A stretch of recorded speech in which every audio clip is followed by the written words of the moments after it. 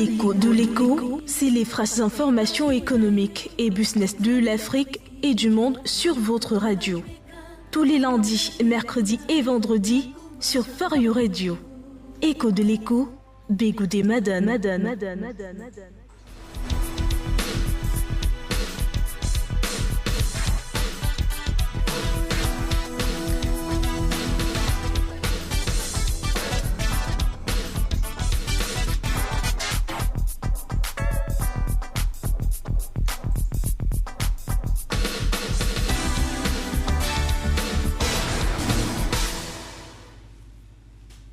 L'écho de l'écho ce matin avec le docteur Yam Timba, il est analyste économique et panafricaniste. Bonjour et bienvenue.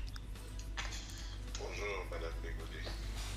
C'est un plaisir de vous recevoir ce matin. Eh bien, on va tenter de l'avoir à nouveau. Bonjour docteur Yam Timba, vous êtes là ? Je suis là. Merveilleux, bienvenue à vous. Merci. Avec vous ce matin, dans le cadre de l'écho de l'écho, on parle de l'aide publique au développement et l'asphyxie économique en Afrique. L'aide publique au développement est souvent brandie comme le sauveur des pays pauvres. Mais pour quel revers ? On s'interroge avec vous ce matin. Écoutez, l'aide publique au développement, c'est un bien joli concept. Malheureusement, c'est un poison enrobé de sucre.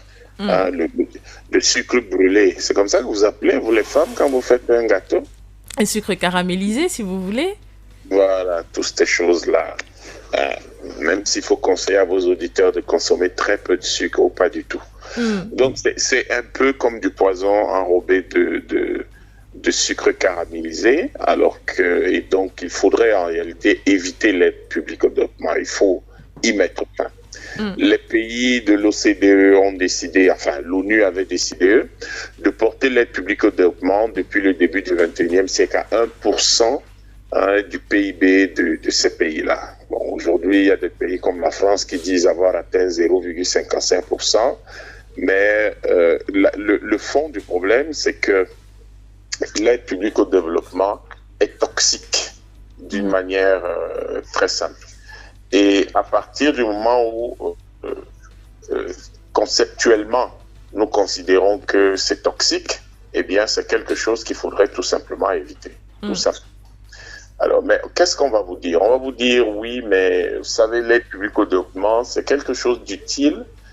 C'est le soutien que les pays développés apportent aux pays sous-développés dans différents secteurs, sous différentes formes, différents secteurs, l'eau, l'électricité, les routes, etc., mais également sous différentes formes qui peuvent aller naturellement de l'aide aux intérêts, l'aide pour une politique de croissance, pour la redistribution, pour la diffusion d'une bonne gouvernance, etc.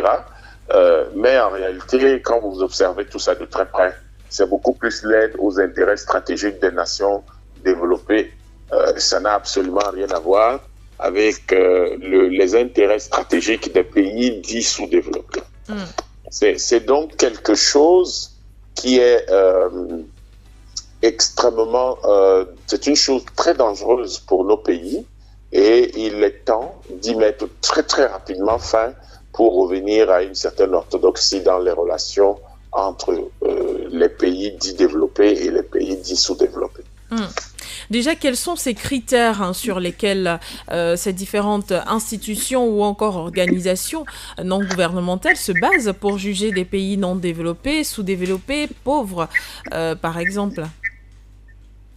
Disons qu'on va se baser essentiellement sur un certain nombre de choses que définit l'ONU en disant, par exemple, les pays pauvres, c'est les pays où on se nourrit avec moins $1 ou avec $1 par jour. Aujourd'hui, on est monté à une considération qui va à moins de $3 par jour.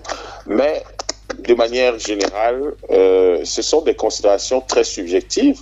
On se souvient de la remarque que faisait le professeur Georges Ngango à la fin des années 90 en demandant à une mission du FMI et de la Banque mondiale une mission de revue de la Banque mondiale et du FMI, en leur demandant quand lui, le fils de Mwanko se lève le matin et qu'il mange 2 macabos grillés avec des crevettes pêchées sur la plage de Yo-Yo.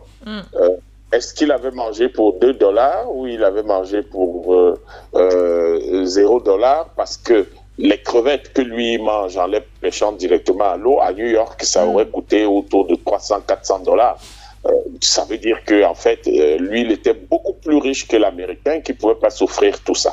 Donc, c'est des faux critères. Mais comme, évidemment, dans les calculs, personne ne tenait compte du fait que lui, il va manger quelque chose qu'il pêche directement dans la mer et le macabo qu'il prend directement derrière la maison et que ça ne rentre pas dans l'économie formelle. Donc, il est totalement impossible pour le FMI et la Banque mondiale de comptabiliser tout cela. Eh bien, ça veut dire qu'on ne comprend pas très bien quelles sont les conditions dans lesquelles lui, il vit. Et dire donc que lui vivait avec moins $1 parce qu'il était camerounais, eh bien, ça veut dire que le FMI et la Banque mondiale s'étaient totalement fourvoyés. Donc, c'est pour dire quoi? C'est que les critères objectifs, les critères que l'on met en avant ne sont pas forcément objectifs et ne reflètent pas nécessairement la situation réelle des gens.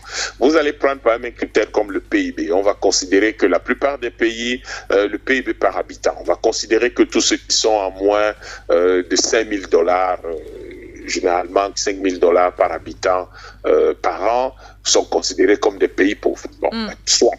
Sauf que vous allez considérer dans ce cas, par exemple, que la Russie et l'Espagne étaient pratiquement des pays de même niveau avant la guerre, avant l'opération militaire spéciale en Ukraine.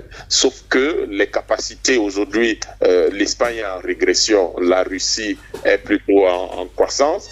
Oui. Et c'est la Russie qui a subi des sanctions, pas l'Espagne. Donc, allez savoir quel est le pays qui est le plus pauvre, quel est le pays qui est le plus riche entre les deux. Donc, en fait, personne ne sait réellement quel est le PIB de la plupart des pays dans le monde. Nous ne sommes même pas sûrs que les pays de l'Union européenne ou les pays de l'OTAN ou les pays de l'OCDE nous disent réellement la vérité sur leur propre PIB, pire sur leur PIB par habitant. Donc, nous devons être très circonspects par rapport à tout ça. Et ces critères-là sont plus idéologiques et propagandistes que réels. Les gens vont me dire, mais c'est scandaleux, l'économie, elle a toujours dit ceci, le PIB a toujours fait ça. Oui. La réalité sous nos yeux vient de nous rattraper, de nous prouver que quand on vous dit que la Russie a le même PIB que l'Espagne, c'est faux. À partir de là, pourquoi croire le moindre PIB qu'on vous indique dans le monde? Nous prenons le cas du Cameroun. On vous dit que c'est un PIB autour de 50 milliards de dollars. Sauf que tout le monde va vous dire qu'il y a une économie informelle qui représente entre la moitié et les 2/3 de l'économie du Cameroun. Quel est donc réellement le PIB du Cameroun? Personne ne le sait vraiment, puisque personne ne sait ce que représente l'économie informelle du pays. Donc, ce sont des considérations très approximatives, mais qui peuvent relever plus d'une théorie très simple, celle qui est née à Berlin, à savoir quels sont les pays du centre et quels sont les pays de la périphérie. Il est préférable de parler des pays qu'on pille que de parler des pays et des pays qu'on pille, qui sont donc considérés pour la plupart comme des pays sous-développés, et les pays qui pillent, qui sont généralement considérés comme les pays qui sont les pays développés. Donc, de ce point de vue, je pense que si on introduit l'élément culturel, on va constater que le mode de consommation des uns et des autres n'est pas le même. Mais économiquement, on a retenu par exemple le fait que quelle est la quantité d'eau que consomme un Américain, quelle est la quantité d'eau que consomme un Camerounais, et on considère que c'est un critère objectif pour dire que le Cameroun est sous-développé, l'Amérique et les États-Unis sont développés. La quantité d'électricité que l'un et l'autre consomment, le nombre de voitures dans le pays, le nombre d'appareils électroménagers dans le pays, et puis on va prendre le nombre de, par exemple, le nombre de kilomètres. Il est évident que des pays peuvent être en manque d'infrastructures, oui. Mais ce que je voudrais dire, c'est que les pays qui sont appelés au niveau international comme pays sous-développés ne devraient pas du tout pâlir du fait qu'on les appelle comme ça, mais plutôt concentrer leur temps et leur énergie à améliorer les conditions de vie de leur population plutôt que de s'attarder sur des considérations qui ont un côté propagandiste et idéologique extrêmement puissant pour maintenir l'hégémonie occidentale au niveau international. Merci, Dr Yamtimba. Pour revenir à l'aide publique au développement, est-ce qu'on peut dire que cette aide publique, la plupart du temps, elle est très mal taillée, ou alors elle est taillée selon qu'elle ne respecte bien sûr pas les besoins des pays africains? Serait-elle obsolète? On a vu un président de la République du Cameroun, Paul Biya, lorsqu'il était à Washington, s'exprimer devant bien sûr plusieurs personnes et chefs d'entreprise, où il a rappelé que l'aide publique, selon lui, n'apportait pas suffisamment d'aide justement, et plutôt empêtrait les pays qu'ils reçoivent dans des dettes un peu plus compliquées, ce qui ne permettrait pas bien sûr de résoudre la crise à la base. Non, je pense qu'il ne faut pas considérer l'aide publique de cette façon-là. Si on commence à dire on en reçoit peu ou alors les mécanismes sont complexes, c'est d'une part, quand on dit c'est peu, ça veut dire qu'on demande purement et simplement à être recolonisé par les autres. Puisque si quelqu'un vous donne beaucoup, il va forcément vouloir vous poser des conditions de plus en plus drastiques et donc qui vont culminer dans la demande de recolonisation ou de rachat pur et simple de votre territoire. Quand on dit que c'est très complexe, c'est une façon de dire que nous n'avons pas les capacités, les compétences pour gérer.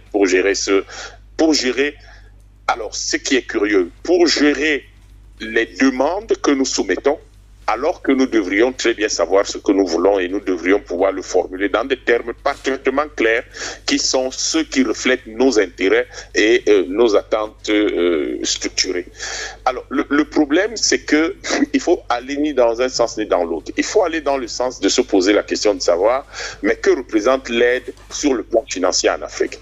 L'Afrique, c'est à peine 10% de l'aide publique au développement qui s'échiverait en 2021. Quand on regarde les chiffres du comité d'aide au développement de l'OCDE, à environ 186 milliards de dollars, l'Afrique a reçu à peine 10%, autour de 18 milliards de dollars. Le problème, c'est que dans le même temps, l'Afrique, l'évasion fiscale provoquée par les multinationales en Afrique, c'est 24 milliards de dollars. Donc, la question est de savoir qui a aidé qui. Est-ce qu'il y a vraiment eu aide? Si quelqu'un vous prend frauduleusement 24 milliards de dollars et vous apporte 18 milliards de dollars, je ne sais pas du tout si vous a vraiment aidé. D'autre part, lorsque vous prenez, et ça c'est de manière générale, lorsque vous prenez de façon spécifique la zone franc, la France, selon les Allemands, aurait pris en 2017-2018 en Afrique 440 milliards d'euros et on estime aujourd'hui que via les mécanismes du franc CFA, ces 440 milliards sont passés à 600 milliards d'euros. Donc si après la France vous apporte en 2021 1,6 milliard d'euros d'aide à toute l'Afrique cette fois-là, pas seulement à la zone franc, demandez-vous qui a aidé qui. En réalité, ce n'est pas... Lorsque vous regardez ces chiffres, il n'y a pas d'aide publique au développement. Il y a l'utilisation des revenus que l'Europe ou l'Occident prend en Afrique. Et ces revenus-là, une partie sert simplement à entretenir une classe dirigeante aux ordres. Ce que Aimé Césaire appelait dans Cahiers d'un retour au pays natal les larbins de l'ordre, qui vont donc, on fait les relations publiques, on gère si vous voulez, les relations avec ces gens-là pour s'assurer qu'ils sont toujours là et que la situation actuelle de pillage, de prédation et de domination de l'Afrique demeure. Et naturellement, beaucoup de gens vont vous dire oui, mais ça fait quand même du soutien parce qu'il y a les bornes fontaines qu'on a fait à gauche et à droite, il y a quand même le renforcement des capacités. Mais vous allez prendre de l'aide pour renforcer les capacités de vos fonctionnaires, il y a quelque chose qui ne va pas. Vous allez prendre de l'aide pour construire les bornes fontaines alors que tous les pays du monde construisent de l'adduction d'eau moderne. Quel est votre problème? En fait, l'aide publique au développement ne sert pas à développer. L'aide publique au développement sert à bloquer le développement des pays dits sous-développés. Nous sommes dans, je vous en ai parlé au début, dans une relation définie en 1884, la relation du centre et de la périphérie. Le centre est la zone de production, parce que le développement, c'est le développement de la capacité manufacturière. Vous devez avoir la capacité de produire, de fabriquer des biens et des services. C'est ça qu'on appelle le développement. Si vous ne fabriquez rien du tout, vous ne produisez rien du tout, eh bien, vous n'êtes pas développé en réalité. Mais ça, on ne va jamais vous le dire dans le cadre justement de cette discussion au niveau de l'aide publique au développement. Donc, il se trouve que le centre qui produit et qui a créé le contexte de colonialisme va s'assurer que la périphérie, dont les autres pays, ceux qui sont bénéficiaires de l'aide publique au développement, ne fabriquent rien, ne produisent rien et restent donc assurer les deux fonctions qu'on aimerait dans la division mondiale du travail leur donner, à savoir pourvoir en matière première le centre qui va les transformer pour fabriquer donc les produits dont on a besoin pour la vie de tous les jours et être un débouché, un marché stable, sûr, où on déverse les produits fabriqués en prenant soin de n'y déverser que les produits de mauvaise qualité, naturellement, parce que les produits de bonne qualité, la périphérie n'a pas droit à y accéder. Vous savez que toutes les voitures qui viennent ici, il y a des voitures tropicalisées, il y a des médicaments tropicalisés, il y a des vêtements tropicalisés, tout est tropicalisé. C'est-à-dire que vous avez des choses de moindre qualité qui sont destinées à l'Afrique. Donc, quand vous observez tout ça, vous voyez très bien qu'il n'y a pas d'aide publique au développement, parce que le développement, c'est la mise en place et la maintenance, c'est-à-dire que vous mettez en place et vous pérennisez la pérennisation d'un outil de production, de fabrication de biens, de production de biens et de services. C'est ça qu'on appelle le développement de façon simple. Est-ce que quand vous regardez l'aide publique au développement, là, le président vient dire, ouais, il en faut plus. Quand on prend seulement le minimum qu'on a apporté, est-ce que ça a permis de créer des infrastructures, de fabriquer quoi que ce soit? Le Cameroun, depuis 2002, a besoin de prolonger le chemin de fer jusqu'à Djamena. D'ailleurs, refaire totalement celui qui est là, puisque l'écartement que nous avons là, c'est l'écartement du 19e siècle. Donc, adapté pour avoir un écartement moderne, contemporain, pour avoir donc un réseau mis en œuvre qui va jusqu'à N'Djamena, jusqu'à Bangui, qui va aller jusqu'à Brazzaville et Kinshasa, qui va descendre au Gabon pour rejoindre le chemin de fer de ce côté-là, transgabonais. Malheureusement, et puis par le Nigeria, par le nord-ouest pour entrer au Nigeria et ensuite par le nord pour que nous puissions avoir ces connexions internationales, eh bien, il faut pour cela 15 000 milliards de francs CFA. Vous n'avez pas le sentiment qu'il y a beaucoup d'aide au développement qui se bouscule. La RDC a besoin de 23 milliards de dollars pour faire Inga 2. C'est un méga barrage qui permettrait d'illuminer toute l'Afrique, parce que vous seriez, qui permettrait d'illuminer pratiquement toute l'Afrique. Eh bien, vous ne voyez pas beaucoup des gens venir vous proposer de l'aide publique au développement. Parce que l'objectif pour ces gens-là n'est pas de vous donner les capacités de vous développer, les capacités de vous permettre la gestion de chaîne, de vous permettre d'avoir des solutions logistiques grâce auxquelles vous pouvez transformer votre environnement, ni des solutions, par exemple, énergétiques grâce auxquelles vous pouvez transformer votre environnement. Donc, ce n'est pas ça le fond du problème, demander plus. Le fond du problème, c'est de dire, il y a la France qui prend 600 milliards d'euros en zone franc CFA, il faut qu'on stoppe ça et que désormais ces 600 milliards d'euros n'existent plus. Donc que les mécanismes du franc CFA n'existent plus. 600 milliards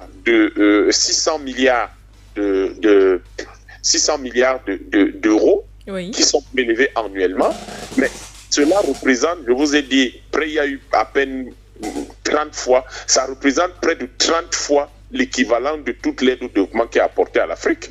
Donc, en fait, on n'aide pas l'Afrique du tout.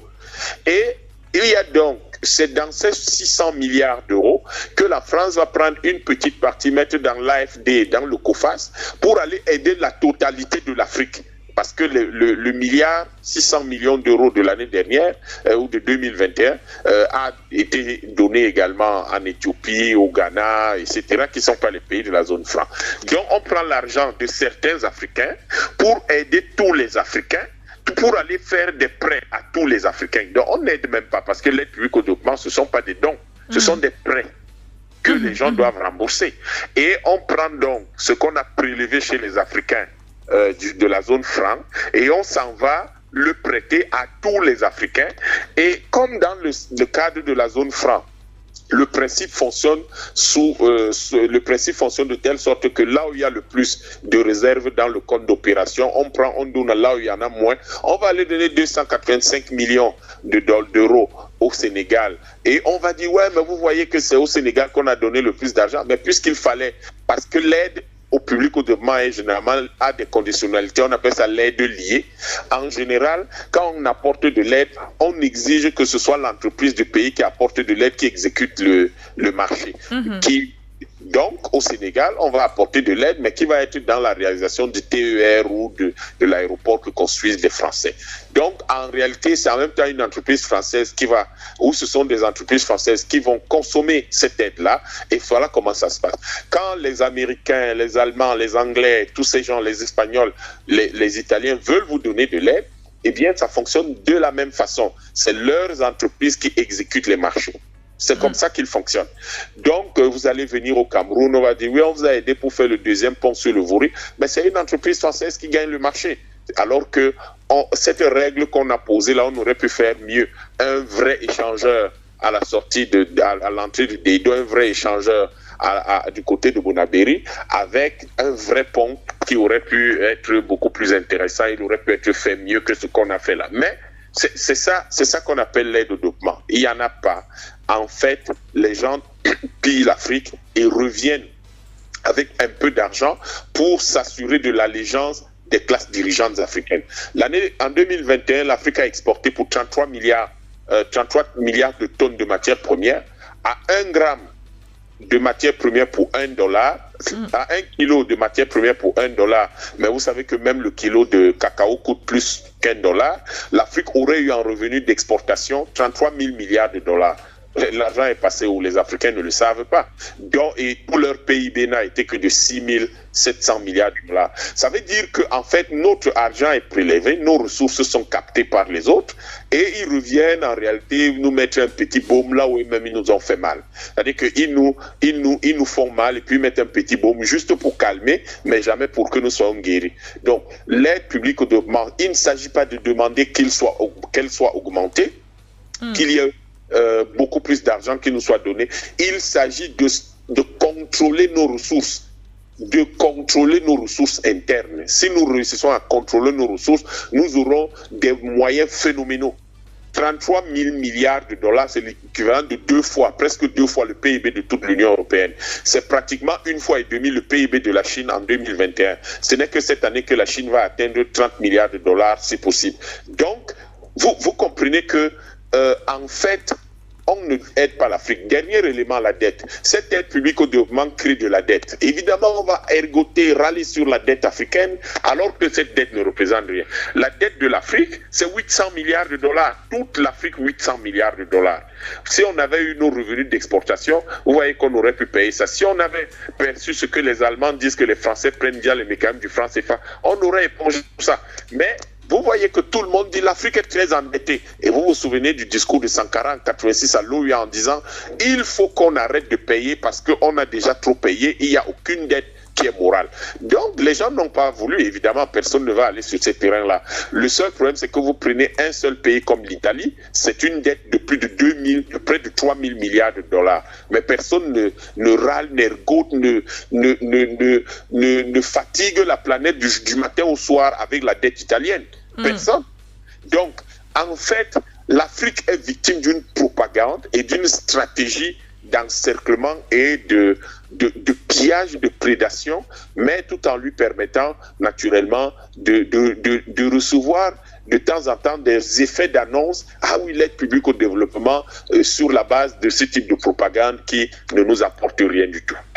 Merci Dr Yam Timba. Vous écoutez, on comprend pourquoi les économistes estiment que l'aide publique au développement permet plutôt au pays, au lieu de se développer, de stagner sur le plan économique et même de s'asphyxier, puisque c'est la formulation de notre thématique abordée bien sûr ce matin. Donc ces aides publiques perpétuent le sous-développement et réduisent la croissance économique des pays.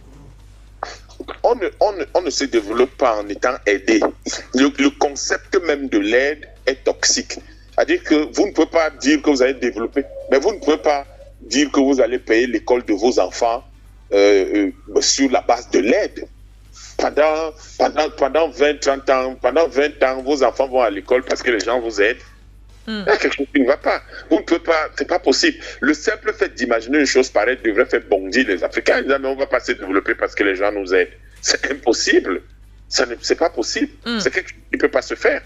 Si quelqu'un a imaginé le concept d'aide au développement, c'est parce que toujours, ça devait lui servir à quelque chose. Les choses comme l'aide publique au développement font partie des choses qui nous font fermer les yeux sur le piège de notre continent, sur la contrebande infernale des matières premières sur le continent et sur la contrebande infernale sur les produits de très mauvaise qualité, parfois qui sont périmés, qu'on vient vendre aux Africains. Des produits qui ne respectent aucune norme de ces pays dits développés.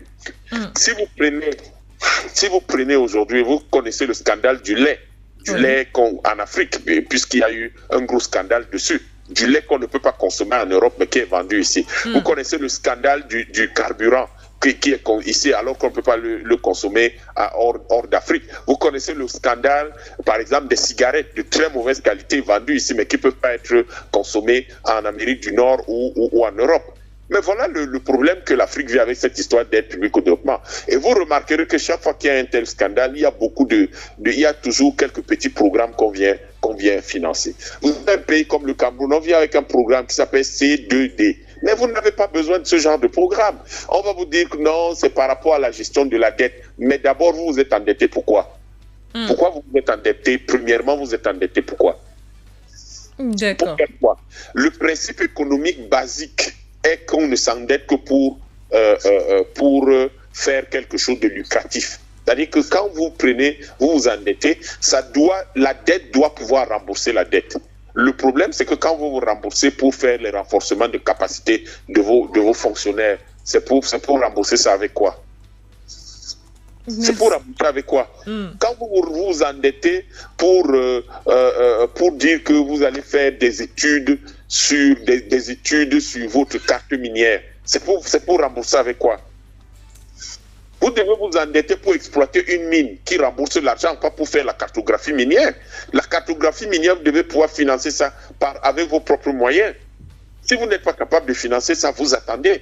Et vous n'êtes pas obligé de faire toute la carte de votre pays. Il y a des indices. Vous avez des universités où des gens font des études de géologie. Ils étudient une mine après une autre. Ils ne sont pas obligés d'avoir une cartographie. Les États-Unis au 19e siècle, pour lancer l'exploitation minière, n'ont pas eu besoin de la cartographie de toutes les mines des États-Unis. Mais on commençait quelque part. Une mine, deux mines. Ensuite, on a eu les moyens pour faire l'USSG, l'United States Geological Survey, qui progressivement a identifié les ressources minières des États-Unis. C'est quelque chose qui s'est fait pendant une centaine d'années au moins. Nous, on veut avoir la carte de tout ce que nous avons comme mine, on va s'endetter pour ça. Après, on va rembourser avec quoi? Donc, en fait, le problème de fond, c'est que l'aide publique au développement est toxique et vient brider nos capacités à structurer le développement de notre pays. Il faut donc qu'on arrive à dire une chose simple. Ce dont nous avons besoin aujourd'hui, ce n'est pas de l'aide publique au développement. Ce dont nous avons besoin aujourd'hui, c'est de réalisme. C'est du réalisme dans la gestion de notre pays. Évidemment, si les gens viennent nous dire « Ouais, mais au Cameroun, vous ne maîtrisez pas les zones agroécologiques de votre pays, il faut qu'on mène une étude dessus. » Vous leur dites que mais les gens vivent dans notre pays, dans nos villages, ils produisent de la nourriture. On va aller demander à ces gens quel est le cycle des saisons et quelles sont les zones, quelle est la planification de l'année agricole traditionnelle. C'est tout. Vous ne faites pas des choses qui ne vont pas vous rapporter de l'argent. Et les ingénieurs agronomes du pays ainsi que les environnementalistes et les spécialistes de la forêt vont commencer à travailler avec ces villageois pour améliorer d'abord le cycle, le cycle, l'année agricole traditionnelle. Grâce à ça, progressivement, on améliore les récoltes et ça nous fait des ressources beaucoup plus importantes. Si on fait ça, 10, 15, 20 ans, 30 ans après, on a la carte agroécologique du Cameroun. C'est tout. D'accord. Merci. Et donc, nous devons mettre fin à cette affaire d'aide publique au développement. Ça nous vole notre temps parce qu'on y consacre beaucoup de fonctionnaires qui auraient dû être redéployés ailleurs pour aller travailler, produire sérieusement, permettre au pays de produire les ressources dont il a besoin. Et de l'autre côté, naturellement, cette aide publique au développement nous contraint à importer des solutions et des produits qui viennent de l'étranger, alors que nous devions pouvoir les produire, développer les capacités manufacturières localement pour pouvoir avancer. Les gens vont vous dire des choses sur cette aide publique au développement, les vertus, etc., comme certains trouvent des vertus au franc CFA, alors que ce sont des mécanismes imaginés, conçus, développés, mis en place par les pays qui vous apportent l'aide publique au développement pour vous maintenir dans la situation actuelle et consacrer leur hégémonie sur vous et leur capacité de prédation sur nos pays. Mais si on ne le comprend pas, si on n'est pas capable de s'asseoir et de dire, de vous lire le monde de cette façon-là, c'est parce que la géopolitique ne fait pas partie du mode d'apprentissage de notre jeunesse, alors que nous devons être capables de lire notre espace. Si nous ne savons pas lire notre espace et les enjeux de notre espace, nous ne pourrons jamais comprendre réellement ce à quoi sert l'aide publique au développement. Ça va permettre d'avoir un corps de fonctionnaires, un corps de gens qui travaillent dans les organismes internationaux, qui ont des salaires, etc., et qui leur permettent de vivre. Et on va croire que c'est positif à cause de cela. Alors que pendant que nous avons quelques fonctionnaires qui travaillent avec ces gens-là, et quelques compatriotes qui travaillent avec ces gens-là et qui gagnent un peu d'argent, eh bien, eux, ils payent l'équivalent de plusieurs millions de fois ce qu'ils donnent en termes d'aide publique au développement chez nous. Nous devons nous lever et mettre fin à ça. Il faut mettre fin à ça. Voilà pourquoi le mouvement 10 000 élus panafricanistes vise justement à prendre le contrôle politique du continent pour pouvoir restaurer la souveraineté de l'Afrique. On n'a pas à demander de l'aide publique, on n'a pas à demander l'augmentation du volume de l'aide publique. On a à prendre le contrôle de nos ressources et de pouvoir les utiliser nous-mêmes et mettre fin à l'aide publique au développement, parce que le lien entre aide publique au développement et dette fait partie des choses qui brident notre développement et maintiennent notre dépendance par rapport particulièrement à l'Occident.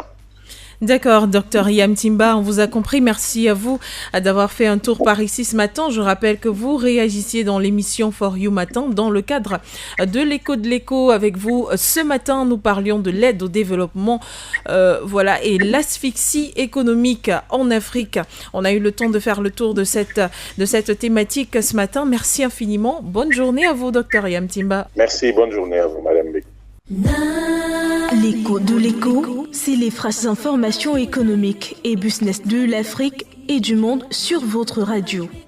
Tous les lundis, mercredis et vendredis sur For You Radio. Écho de l'écho, Bégou des Madane.